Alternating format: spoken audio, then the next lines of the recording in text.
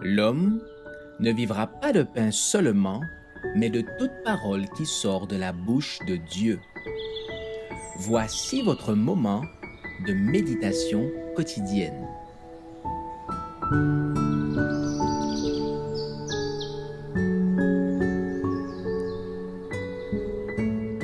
Avec Dieu, chaque jour.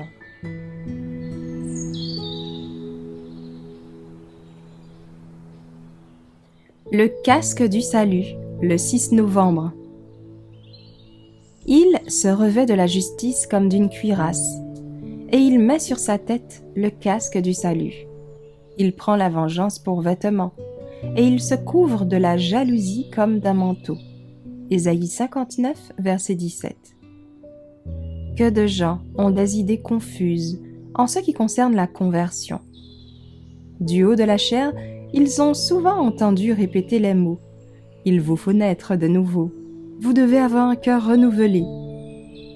Ces expressions les ont troublés. Ils n'ont pas pu comprendre le plan du salut.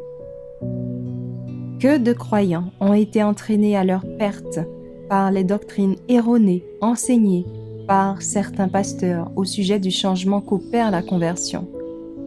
Beaucoup d'entre eux ont vécu dans la tristesse pendant des années parce qu'ils attendaient un signe évident leur prouvant qu'ils étaient acceptés de Dieu. Séparés en grande partie du monde, ils se sont plu à s'associer au peuple de Dieu. Et cependant, ils n'ont pas osé confesser le Sauveur parce qu'ils craignaient d'être présomptueux en se déclarant enfants de Dieu. Ces chrétiens attendent un changement particulier, qui, comme on leur a fait croire, serait la preuve de leur conversion. Au bout d'un certain temps, quelques-uns d'entre eux ont la certitude que le Sauveur les accepte et ils sont alors amenés à s'identifier au peuple de Dieu. Ils font dater leur conversion de ce moment-là. Or, ils étaient adoptés par la famille de Dieu avant cette époque. L'Éternel les avait acceptés au moment où, fatigués de leurs péchés et ayant perdu le goût des plaisirs du monde, ils avaient résolu de chercher Dieu ardemment. Mais ne comprenant pas la simplicité du plan du salut, ils ont perdu des privilèges et des bénédictions qu'ils auraient pu en tirer s'ils avaient seulement cru quand ils s'étaient d'abord tournés vers Dieu qui les avait acceptés.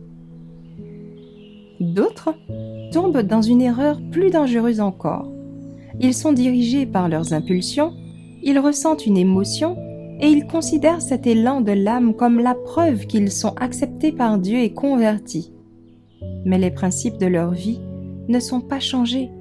Les signes d'une véritable œuvre de grâce sur leur cœur ne se trouvent pas dans le sentiment, mais dans la vie.